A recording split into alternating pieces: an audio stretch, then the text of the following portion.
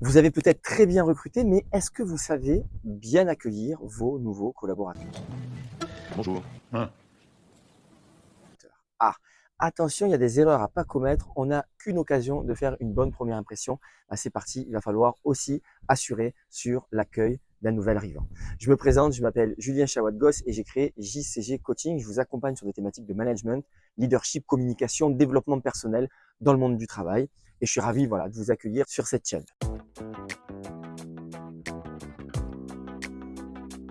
Voilà, votre collaborateur, collaboratrice arrive bientôt. Bah, la première chose à faire, c'est qu'il faut préparer son arrivée. Et pour bien préparer son arrivée, il faut que les équipes soient tout simplement au courant qu'il y a quelqu'un qui arrive. C'est le b.a.-ba, mais parfois, moi j'ai vécu moi-même ou dans des entreprises, du moins on m'en a témoigné, des personnes qui arrivent et on ne savait même pas qu'il allait avoir un nouvel arrivant. Qui êtes-vous? Qu'est-ce que vous faites ici et à qui ai-je l'honneur? Donc comment on communique l'arrivée d'un nouvel arrivant? Bah, pour certains, ça va être un mail de présentation. Voilà, on va envoyer un mail où on explique qu'un tel va rejoindre tel service, etc. Alors attention, parce que peut-être que vous êtes dans une entreprise où on est bombardé de mails et ça va passer aux oubliettes et personne ne va le lire. Alors à ce moment-là, c'est peut-être un autre canal qu'il faut utiliser au cours d'une réunion, l'annoncer aux équipes, dans la salle de pause, peut-être mettre une affiche. À vous de voir. En tout cas, il faut que, les personnes de votre équipe soient au courant, mais aussi les personnes avec qui cette personne va travailler. Donc les autres services. Hein, voilà. Parce que c'est extrêmement désagréable quand voilà, je suis collaborateur, j'arrive et les personnes me disent en gros qui tu es, voilà, qu'est-ce que tu fais là. Donc déjà, on annonce en amont. Moi, je vous dis, allez, 15 jours avant, c'est bien.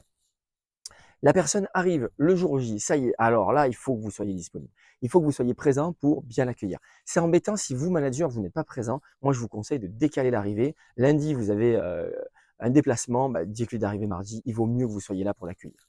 Alors, qu'est-ce que c'est bien accueillir quelqu'un? Tout simplement, c'est déjà avoir son matériel qui est prêt. Si elle travaille par exemple avec un ordinateur, elle a son ordi qui est prêt, son bureau qui est prêt, on se sent accueilli. Voilà, ça c'est intéressant. Deuxièmement, on va lui présenter un peu les membres de l'équipe. Donc peut-être lui faire un tour des locaux avec la présentation de mon équipe, mais aussi, je le répète, avec les autres services avec lesquels elle va travailler. Après, on peut lui fournir, bien évidemment, un livret d'accueil, donner toutes les instructions ou toutes les explications de notre service ou de notre entreprise. Bref, on prend ce moment au début, peut-être un peu informel à travers la machine à café où on discute tranquillement, et puis peut-être un peu plus formel aussi, où on lui donne des informations complémentaires à ce qu'on a pu dire pendant l'entretien.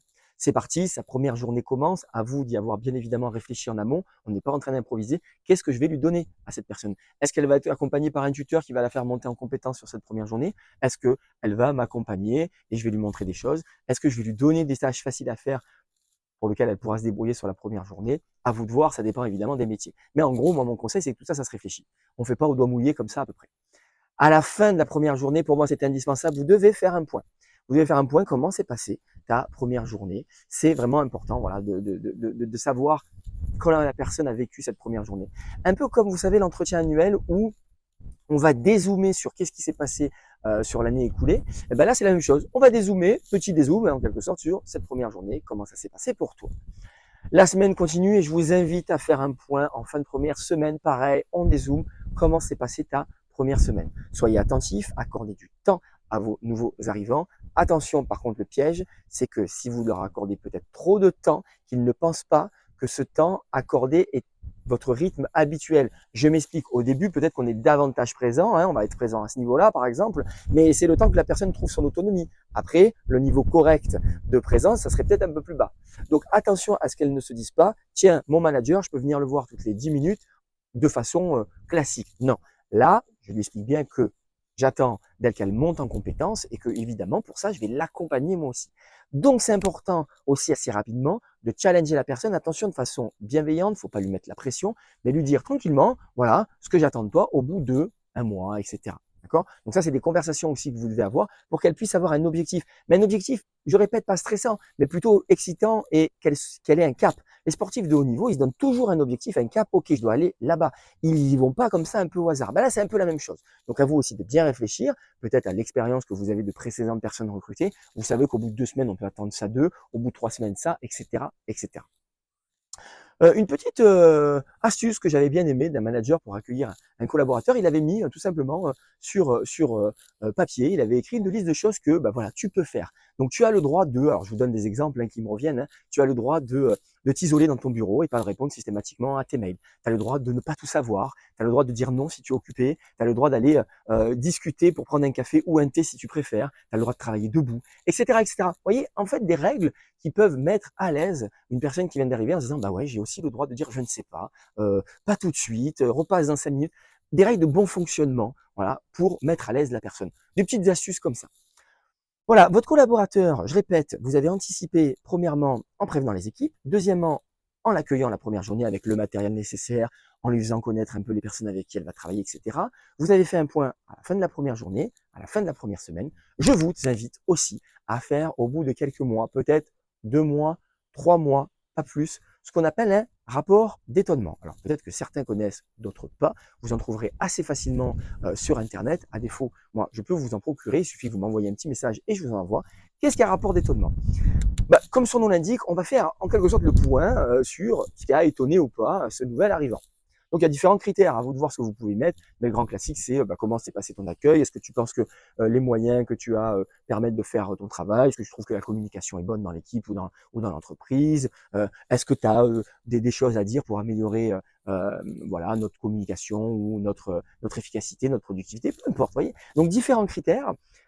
En général, on donne un document, la personne soit le pré-remplit, soit elle a accès aux questions et on en parle au cours d'un entretien plutôt formel. Attention, formel ne veut pas dire guindé strict, mais pas en gros à la machine à café comme ça. Non, non, on prend ce temps-là, on a expliqué à la personne que on va la recevoir, donc on lui a dit au début, et au contraire, c'est un formidable moment où elle va pouvoir exprimer ses idées, son étonnement, ses difficultés. Voilà. Rapport d'étonnement, ça se fait de plus en plus. Moi, je suis friand de ces rapports d'étonnement parce que je trouve que ça permet réellement voilà, d'éviter des mauvaises surprises. Je vous partage une anecdote. Je discutais avec quelqu'un qui a travaillé dans une entreprise et qui est arrivé dans une autre et qui me dit, ça faisait qu'une semaine, il me dit, tiens, c'est bizarre. Moi, dans mon entreprise, entre tel service et tel service, on faisait des réunions à peu près tous les 15 jours pour faire le point. Là, ils le font pas et je trouve qu'on perd énormément en efficacité. Ça, c'est une idée à proposer et peut-être qu'elle verra le jour, peut-être pas, peut-être qu'elle n'est pas adaptée. Mais en tout cas, quand on a un peu du sang neuf, on a des fois un peu des idées nouvelles parce que on n'est pas pollué par le fonctionnement classique. Des fois, on a du mal à prendre du recul quand on est la tête dans le guidon et depuis des années dans une entreprise. Un nouvel arrivant, lui, pour le coup, il est en totale observation, il se pose des questions et il a peut-être de très bonnes idées à vous proposer. Voilà.